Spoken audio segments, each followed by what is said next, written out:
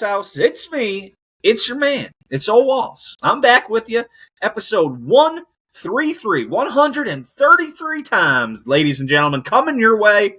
Just want to start off by first saying thank you to everybody.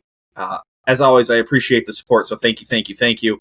Got a fun show coming. We're talking a little British Open. We got the guards back in action. We got my passing thoughts. Something big kind of happened Sunday afternoon right before I recorded this, so Mr. Joe Biden is out of the race, so I will talk about that as well. Before we do that, like always, if you could comment, subscribe, like, share, rate, review, do whatever. Whatever you can, I would appreciate all of that, so thank you in advance. And before we get to the show, if you're looking for Liquid IV, we still got the promo code running, promo code OWH. O for Ole, W for Walls, H for House, Liquid IV, 20% off, liquidiv.com, or the link in the show notes below. You know the deal. All the flavors. The little capsules that make it great for travel, more electrolytes than your leading sports drinks, better hydration than water alone, Liquid IV, 20% off. Without further ado, let's just go dive into the British Open. Xander Schauffle wins his second major this year and the final major of the year. I do want to say, I hate that the British is the last major because now I don't give a shit about golf until, like, January. It kind of stinks. It kind of stinks not having, like, the PGA in August to, like, have one last thing to kind of care about, like, one last major that matters. Can someone, sneak one in, or, can they win their second? Like, the British feels like it's got enough, I don't know, oomph, zest maybe, enough zest on its own that I care about it. And I do think the PGA gets a little lost in May. Doesn't help the PGA's case for being the, kind of the weakest of the majors. So, yeah. Anyway, that's just a little sidetrack. But Xander Schauffle, what a damn round from that guy today. That was really impressive. He shoots a bogey-free 65. Bogey-free 65. I just want to see his scorecard on this stupid app. Thank you. Where all the pars are blue, which is psychotic. Psychotic that they made pars blue and bogeys gray. Psychotic. Luckily for looking at Xander's scorecard, it doesn't affect us too much. But Xander Schauffle, a guy earlier this year, I said just was not a winner. He doesn't have it. Oh, he's made me look like such an asshole. Good for him. Just playing fantastic golf, has added a bunch of yardage off the tee and throughout the bag, is a stellar putter, and he got it done today. Birdies on 6 and 7, birdies on 11, which was playing so hard, and then he birdies 13 and 14 to get the outright lead after 13 when Thirsty Boy, I think his name is actually Tristan, made a bogey. Let me see where Mr. Thurston made a bogey. He made bogey on 12, and Xander was ahead on 13. So he takes the lead on 13, adds another one on for good measure on 14, and fuck it, why not? Let's get one on 16 as well. Ends up winning by 2. Scores of 69, 72, 69, and then 65. Was he the low round of the day today? He sure was. He played some fantastic golf. Fantastic golf. Billy Horschel. Shout out Billy Horschel. A guy who, has never been the most talented guy on tour, but has really just been gritty his whole career. He hung around. He had the lead at different points on the front nine. Made a bogey on 10 and really was kind of out of it, but finishes strong. Goes birdie, birdie, birdie on 16, 17, and 18 to finish in a tie for second with Justin Rose. So Billy shoots 72, 68, 69, 68. So a good solid finish for him. Justin Rose also finishes tied second. He goes 69, 68, 73. Bounces back today with a 67. Just filling out the rest of the leaderboard. It's spelled Thriston, but I think it's Tristan Lawrence. Russell Henley with a good weekend goes 66, 69. He was a little bit farther back going into Saturday when The weather was beautiful in the morning and then got really nasty as the leaders got out there and really helped bring back, those out in front. One of which was Shane Lowry, whose Saturday 77 really cost him. On Saturday, he made the turn at just one over and then shot a 40 on the back nine. 5 bogeys. I can't tell. They're gray. The bogeys are gray for some reason. So 5 bogeys. Was 1 under through 7 on Saturday, and then I think that's about when I think you get to 8, and he made that double. He hit it into the coffin bunker, I believe, and just made a mess of that. But yeah, you get to 8 or 9 on this course, and then I was listening to a podcast, No Lane Updated, and Tiger calls the front 9 the JV and the back 9 the varsity. So that's pretty good. John Rahm has himself his best major of the year. He finishes T7, shoots 68 on Sunday. Scott Scheffler, might be Scotty again. He finishes also T7 at 1 under. Kind of had things going a little bit today. He was even through 6 with a birdie and a bogey. Birdies 7 and 8, and then 3 putts, 9 for double, and was really never the same. He did make a birdie on 16, but he had gotten to within 2 of the lead at that point after the birdies on 7 and 8? Yeah, I think he was at 2 under, and the leaders were at 4 at the time. I don't know that the 3-putt, how much it did to him, but it was pretty costly in the momentum department. So, my hair is looking very thin up front. Maybe it's just the way it's like parted right now. I'm gonna need to get a hat on here. Huh? Who knows? Yeah, so let's look. Not great. You know who I am sick of though? I am so sick. I am so out on Shane Lowry. So he was yelling at somebody on Thursday, I think. Thursday he was yelling at a guy and then tried to backtrack it in the post round after he came in and did the leader interview. And then yesterday, on I believe it was the 11th hole, he hit one that was going into some deep shit. And it bounced off somebody. And he's like, well, you're going to get me fucking standing in the fairway. It's like, dude, you just got the break of the tournament. And you're bitching at the guy. I'm over, I'm fat and happy and I'd like to drink Guinness. Fuck off. Also, how is he so fat? And he has chicken legs.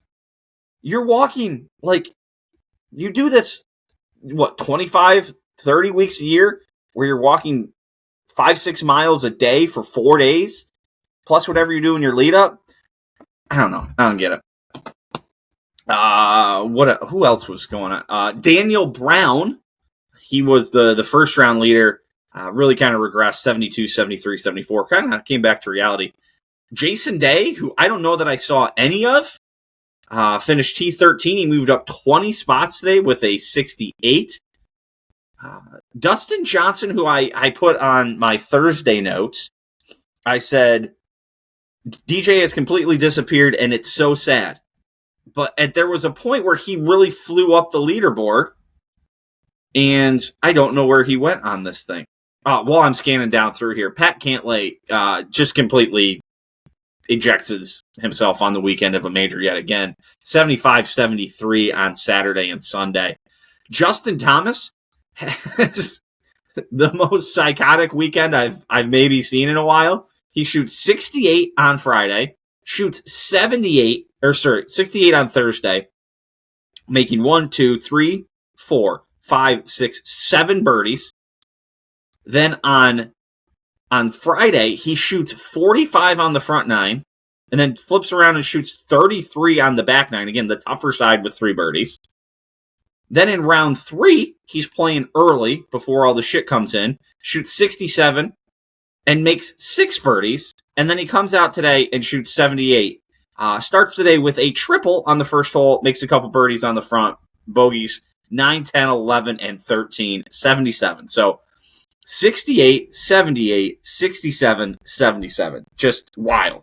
Absolutely wild. Brooks Koepka shot 78 yesterday. I guess I was just scrolling down through here while I was looking for DJ. I didn't realize that. He made a double, and then he shot a 40 coming home. It was nasty. Absolutely nasty. on that second 9 yesterday. I cannot find it. I just have to do a, is there a search? Do they allow searches in Britain? Dustin Johnson. How did he shoot? 75 today. He was 2 under at one point. He was 2 under making the turn and then just kind of blew up coming home. He shot just 1 over yesterday. He made a double on 17. Round 2, he had some good stuff going. He was 1 under par and made an eagle 8, shot 69. And then round 1 was really nothing. So, yeah, interesting. All that interesting. What other things do I have? I made some notes here. The British feed in the early mornings on Thursday and Friday is so much better than the American feed. It's just like golf shot, golf shot, golf shot, golf shot, golf shot. Here we go, here we go, here we go. It's so nice. Rory and Bryson missed the cut, along with a number of other, good players. Let's see who. Victor Hovland, Tony Finau, Rory, Tom Kim, Cam Smith, Lucas Glover, the Cats, Sahith Theegala, Wyndham Clark, Justin Leonard, who I think had won here before. Todd Hamilton shot 82-80. Ouch. He's old now. John Daly withdrew. Who else missed the cut? There's some other people. Ludwig, Bryson, Tommy Fleetwood. I mean, there were some big hitters. Tyrrell Hatton. Henrik Stenson misses the cut, coming back after his incredible win here back in 2016. Where did Titties finish? Titties! Respectable from the Tit Man. 73, 74, 72, 76 today. Got a little away from today, but Joaquin Niemann. I picked him in fantasy, so I was following him. My guy made 2 quintuple bogeys. Captain Quint, people may be calling him. He shot in round 1. He was even par. I think round 2 was the first quintuple. Yep, round 2, he shot an even par 71 after making quintuple on the postage stamp hole. So he was even par through 2 rounds with a quintuple on the card. And then on Saturday, he was getting himself involved in this golf tournament. Makes the turn at 2 under, bogeys 10, and then quintuples 11. Did he make any quintuples today? Nope, but we tossed the double in there on a par 5 on the 6th hole. So did he make any bogeys doubles the first day? No. My guy made 2 quintuples and a double this week. 2 quintuples and a double. And I just lost him. And finished T58. So, I mean, without the 2 quintuples, he finishes even par. Good lordy. Good lordy. How about it? Paul McGinley stinks. I cannot stand that guy. I hope I never. I don't watch live from anymore because of how much he stinks. It's unbearable to listen to him ramble on and just think he's God's gift to green earth. It's so bad. Is my mic? I'm getting off on the. I'm totally off. I'm going to stop and restart here. Okay, back again. Yeah, Paul McGinley. I've just completely stopped watching live from because I can't stand him. Brandle's getting kind of annoying to me too, but he's the absolute worst. The absolute worst. Is it maybe time for the big cat to adjust? I don't want to say he should hang it up and he shouldn't play these, but maybe adjust the rhetoric. I'm here to win. I think I can win. I don't know, man. It's not showing. He made that early birdie in round 1 and was like, ooh, there's a sign of life. And I was like, there were some things going in the group chat, and I was like, just give it a minute. There's a double. There's a string of 3 bogeys. He's not a good putter. He doesn't seem to be able to move the driver anyway, but left to right. Can't work it back in a different wind. So maybe it's just time to adjust the rhetoric. I have no problem with him playing. I'm very good with him playing. I've said he can play wherever he wants. I'm okay if he shows up on Saturday and we give him the field average and he can play in from there. I'm good with all that. So, anything else? I just want to talk British Open for a little bit, and I listened to the No Laying Up podcast. The people I follow on Twitter are all they're all in on the British Open. Valhalla's been getting a bunch of shit this year. And then they're like, oh, this is the truest test in golf. Yes, it tests a different facet than we see week to week. And if you want to make the argument that that's a better test than what we see on the PGA Tour, I'm not going to totally disagree with that, because what you see on the PGA Tour is a lot of times who can drive it the farthest, get it on the green, and make the most putts. So I'm not going to totally dispute that. There are better courses out there at the PGA Tour level in certain spots than there are in others. There's a different style of game that's played in America. There's a different style of grass. The climate dictates that in a lot of spaces. I mean, the type of golf course you play in Arizona is very different than the type of golf course you play in, upstate New York, etc. But, like, the fact that it's like, we're like, oh, yeah, the British Open is the truest test. It always determines the best winner. Like, I'm not trying to, like, slag off the British Open here because, like, I think it's a great tournament. It's obviously the first one of these, even though, like, we go back and, the ones 150 years ago had 4 people in them, and they played a 12-hole course and stopped for lunch a couple times. And, like, okay, like, I get it. It's the home of golf. They get to do this. They get to pronounce the winner the champion golfer of the year. I'm fine with that. I like watching it. I like watching when the wind and rain shows up and these guys are just struggling through. But that doesn't mean that, like, the thing I like the least about the British Open is that the weather can rule you out. You can just get on the wrong side of the draw. And this can happen anywhere in any location in the world at any golf tournament. But it happens consistently. Not every year, but like every couple years, there's a side of the draw you just can't be on. And if it happens on Thursday, Friday, I think it was a St. Andrews year that Rory went out one day and shot 79. And then on the opposite side,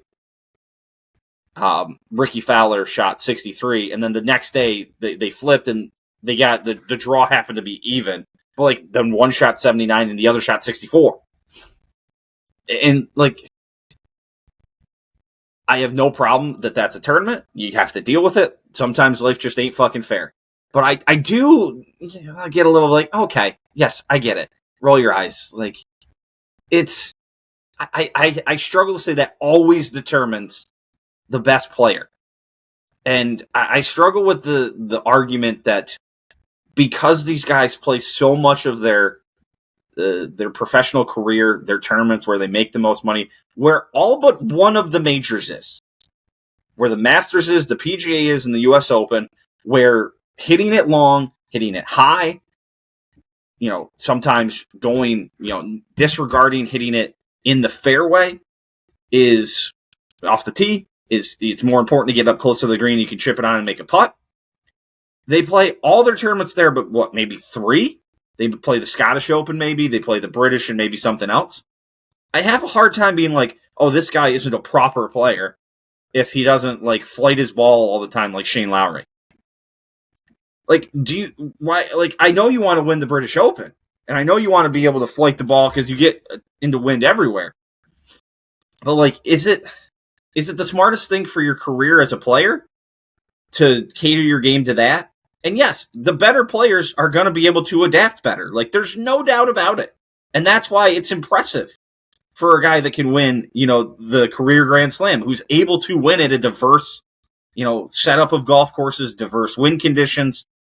But, like, I don't get, like, bouncing on the players, like, oh, they're not good British Open players. Yeah, it's one tournament a year. Like, they play the rest of their tournaments in the U.S. for the most part. And you can think that's wrong, too. And, like, I'll disagree with you as a fan. I don't want golf tournaments all over the world. Like, it makes it harder to view. Like, I didn't see that much of the British Open this year because, like, I'm not getting up at 3 a.m.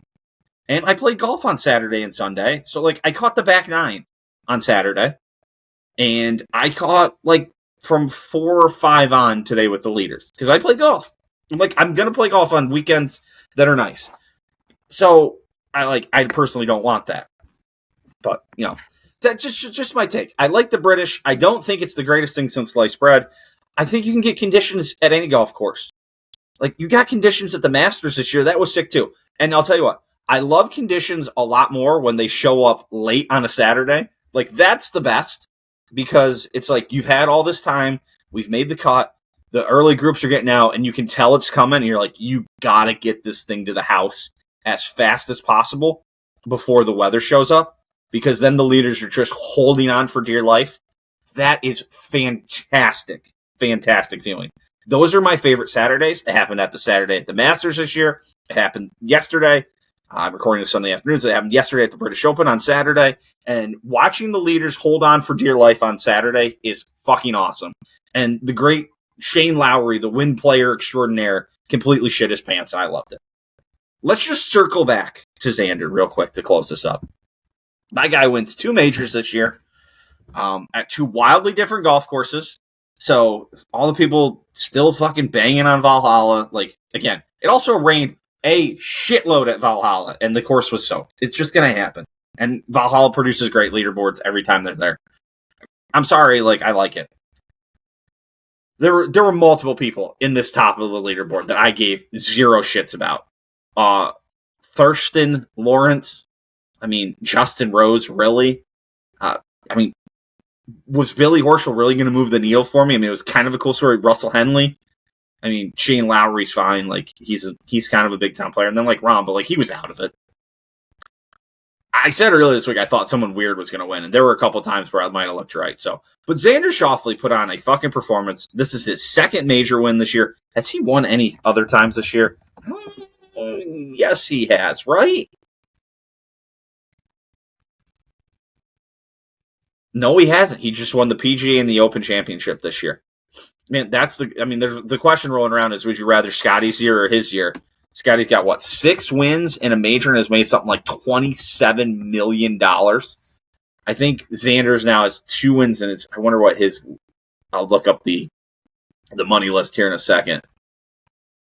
So Scotty is 1, 2, 3, 4, 5, 6 wins. The Masters and the Players. The Players takes a little bit of a hit. He did beat Xander. The guys he beat at the Players were pretty. Second. Wyndham Clark, Brian Harman, and Xander Schauffle. Not a terrible, bunch of guys. Wyndham Clark is just completely lost it seems. He was never going to work at the British Open, I don't think. He's just a high ball hitter. Yeah, Xander was 2nd with 12 million. So what's the purse? It's purse like 3.5 at this. At the British Open. The British Open purse. The British Open purse. Total prize money payouts. Yeah, they don't even do 3.1. So he's up to 15 million. I'm taking Xander. Like, I'll take the 2 majors, especially in 1 year. Like, winning 2 majors really changes the dynamic on. Is my thing right? No? Okay, I'm back. Am I? Hello. Yeah, I've been dealing with the video get off. I don't know if you guys noticed that last week. But, like, winning 2 majors brings you into a rarefied air, and doing it twice in the same years is something completely different. Oh, where we at? Oh, yeah, 15 on Saturday while we're thinking about the wind. They were hitting wedges into it on Friday, and then on Saturday they were hitting 3-woods and all coming up short. I thought I saved something about... guess not. How many major winners each there were. But, yeah, winning 2. First guy to do it since Brooks. Also the first time that an American holds all the majors and the Players as the reigning champion. Last time that happened was after the Masters in April of 2001, when they were all conveniently held by one Mr. Tiger Woods, the big cat, which is exactly why he can play this shit forever. But yeah, I'm taking Xander's. He's got 15 million. 12 less million is a lot of money, but like 15, I could live on 15. I'll take Xander's 15 and the 2 majors. I know you're giving up 12, but there's still time. He can see if he can work his way into win the FedEx Cup and tack on some extra ones. So, all right, I think I've been rambling about this enough. Fun major year, good tournaments for the most part. Masters was good, PGA was good. Yeah, Masters was good into the back 9 when Ludwig hit it in the water on 11. PGA was good to the last hole. U.S. Open was good to the last hole. This was good till really Xander kind of broke away on 13 and 14. So, good year. It stinks that we don't have any more, but there's still some golf that will catch my interest here as we truck towards football season. All right, let's keep going. Let's talk a little Cleveland Guardians baseball. Like I said last week, the Guards had five players in the All-Star game. David Fry got a single, I think, in the third inning, and drove in a run. So a nice showing for David in his first All-Star outing.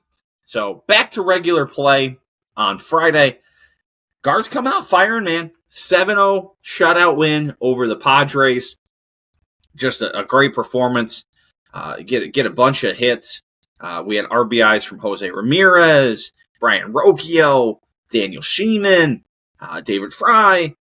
Tanner Bybee pitched a great game, 5 2/3, 2 hits, 3 strikeouts, no earned runs, only 3 walks.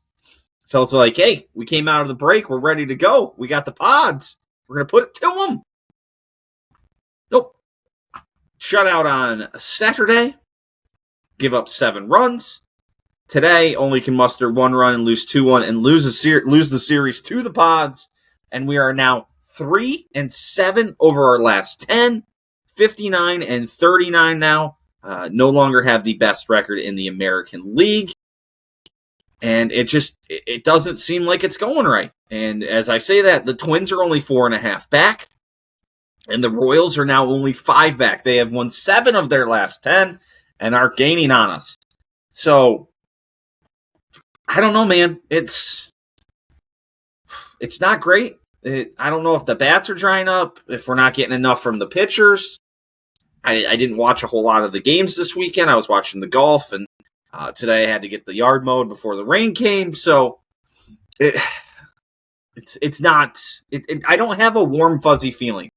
It feels like this can deteriorate, and then all of a sudden we're in a real tight race, and we kind of are in a real tight race. 4.5 with, what are we? Just shy of 100. So 60 games, 62 games left in the season. That ain't a lot. That ain't a big lead. And we got the Tigers at home this week to start the week before we with a 4-game set before we head to Philadelphia on Friday. Those are going to be some big games, like going to Philly. Like, those are tough games to win. And you got 3 of them after you got a 4-game set with the Tigers. And the Tigers actually come back Monday, Tuesday, before the Orioles come to town of that, following week. So, I mean, there's some tough games coming up till August 4th, when August 5th they start with the Diamondbacks. And I don't even think I think the Diamondbacks are okay, aren't they? Yeah. They're fine. Like, they're a little bit behind the Dodgers out in the National League West, but I don't want to panic. I'm trying not to panic, but it feels like there needs to be at least a sense of urgency. It can't just be everything's okay. Like, are we going to make some moves? Are we going to do something? Are we going to try and find a pitcher? Are we going to try and find a bat? We've kind of, brought some people up and down throughout the year. Sheeman seems like he's going to be staying around. We have Angel Martinez that's up right now, Johinski Noel. It just feels like there needs another bat and maybe another pitcher. Gavin Williams got shelled again today. He is. It hasn't been great since he's come back. Hopefully he can find something. He's 0-2. He's got a 4.5 ERA. Just 4 games that he's pitched in this year. Only pitched 18 innings in those 4 games. I don't know. Again, trying not to. I mean, also Tanner Bybee. Then it's Gavin Williams, Cookie Carrasco, Xavier Curry. Like, there is no other starter.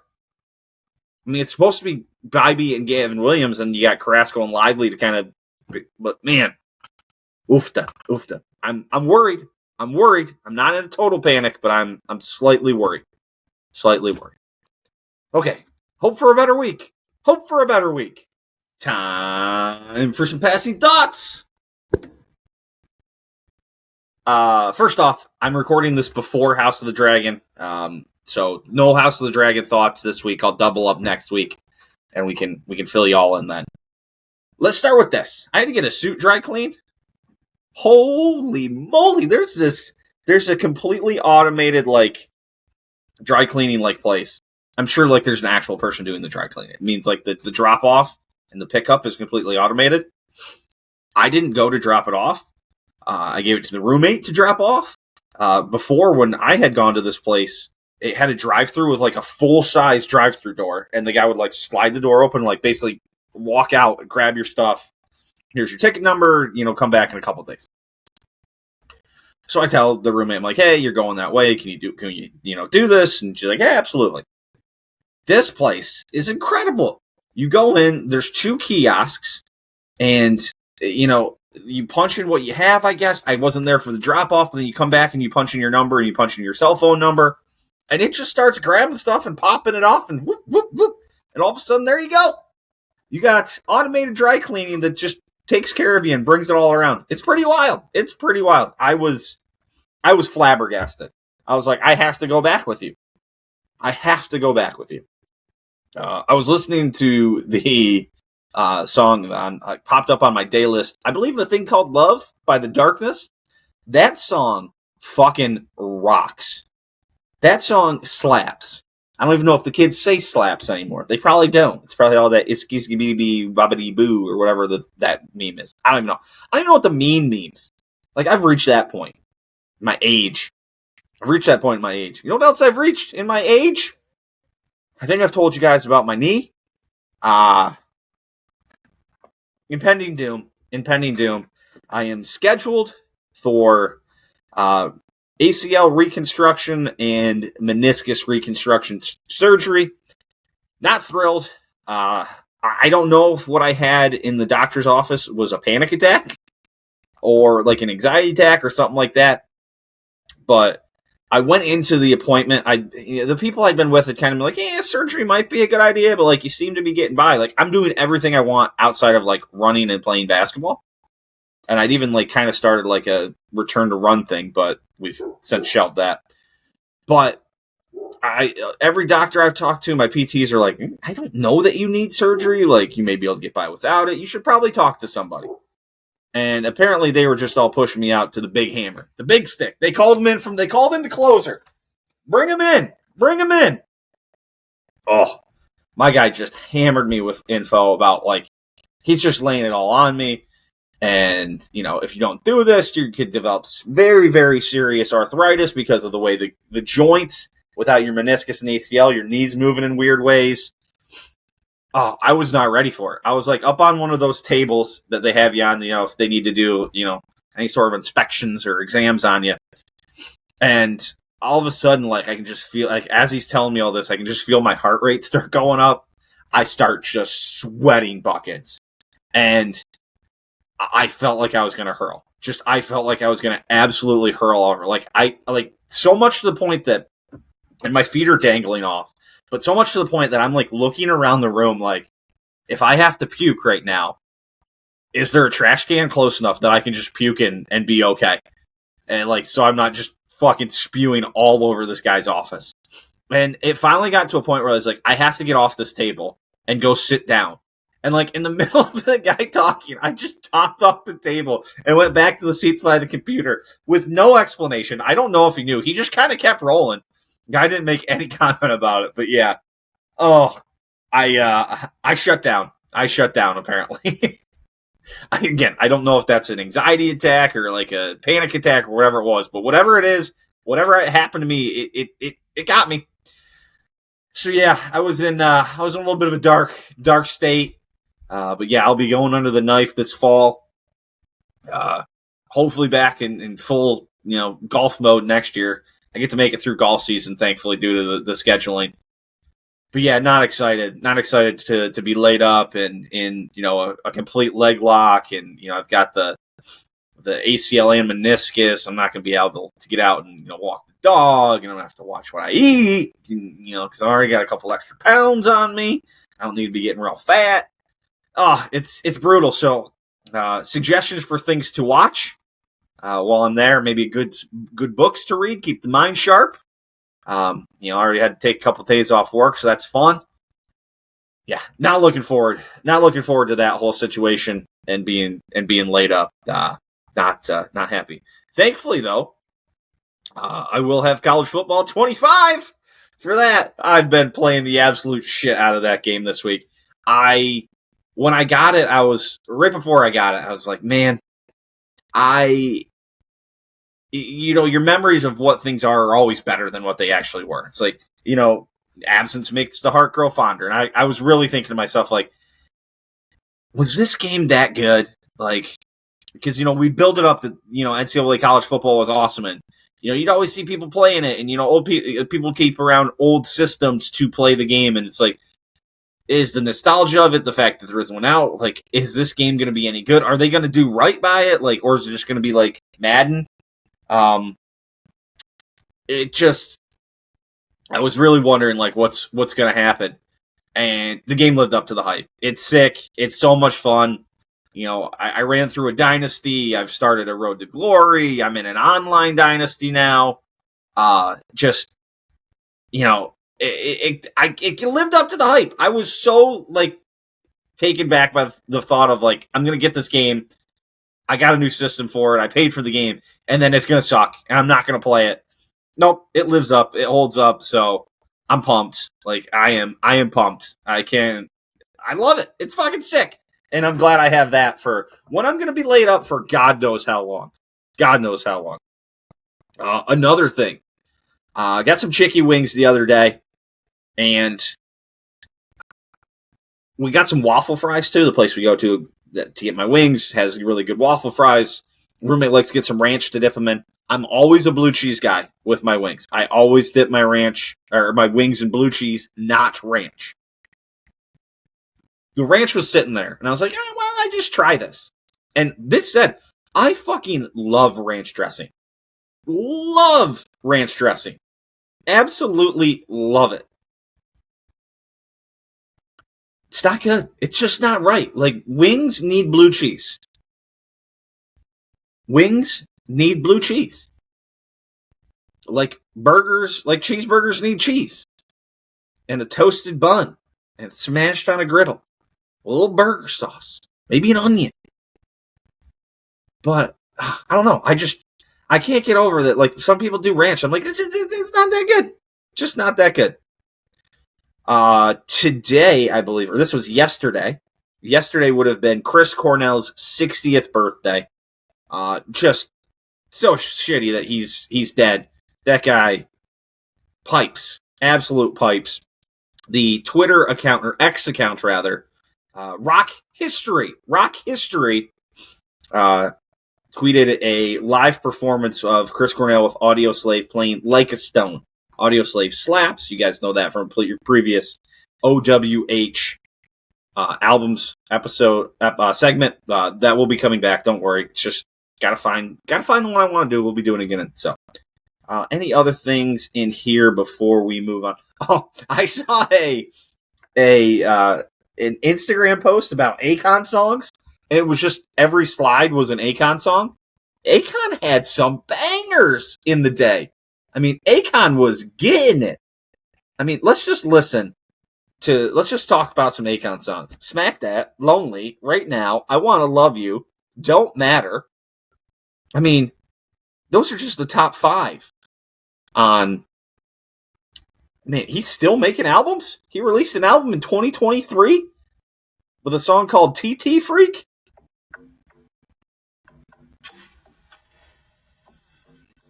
Oh, the convict's still there. Okay.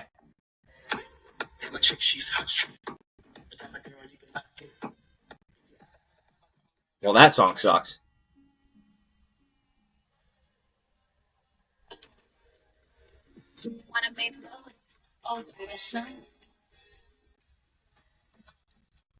But yeah, Akon was he's made a lot of albums. An album in 23, 22, 20, 14, 13, 2007. That's Right Now. Beautiful. We Don't Care. I'm So Paid. Oh, I'm So Paid. Get it into the sunrise. Get it, Akon. It was quite a moment while I was scrolling through that. Well, let's get to the news. Joe Biden is no longer running for president of the United States. Just after the British Open finished, before I even got out to start mowing the yard, I'm just, looking at Twitter stuff X, gonna give it to you stuff. And I see Joe Biden post a tweet. Well, he didn't. that he would not be running for president. He will still finish out his term. And yeah, so that happened. It finally happened. He finally dropped out. There's a whole lot of stuff. I'm sure more stuff will come out, but there's a whole lot of stuff to think about this. Is like he doesn't in the original dropping out announcement endorse Kamala Harris. That comes later, but he has endorsed Kamala Harris, so I would have to imagine she's the front runner. I think what happens is this goes to the Democratic National Convention. Also, the Republican. Just quick pause. The Republican National Convention was just on a level of absurdity I've never seen before at a political convention. It was fucking hilarious. I mean, you had Kid Rock performing. Hulk Hogan's up there ripping his shirt. Like, what the fuck is going on? I love it. I love every last bit of it. Like, politics is professional wrestling, so just fucking be professional wrestling. But yeah, Biden. Oh shit, you know what'd be so sick if Biden showed up to the Democratic National Convention and it's like, I lied, I'm back, bitches, I'm going again. That would be so sick. Oh, that'd be true professional wrestling. But yeah, I guess it goes to the Democratic National Convention and they get to pick for sure. But I mean, when one party says to you that you got to vote for them to protect democracy, and they ran some primaries where no one ran against Joe Biden essentially, and then they shove him out and say the guy you picked and elected doesn't actually get to run. It was very clear that Biden wasn't clamoring to not run. It was those around him, and they essentially had like a mini coup to keep him from running the next year after he'd already been elected the nominee. You can save the "we're saving democracy" line and go fuck yourself for the most part. So, yeah, interesting. It'll be interesting what happens. Does everyone just fall in line behind Kamala? There's a lot of talk of Gretchen Whitmer out there. I saw she was, I think, second in the betting odds on something I'd seen. You got Gavin Newsom kind of lurking around.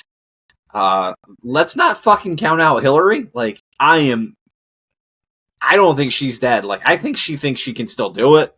It would be wild if we ended up with a Trump-Hillary rematch in 2024, 8 years later. Fucking 8 years later! That would be crazy. Incredible.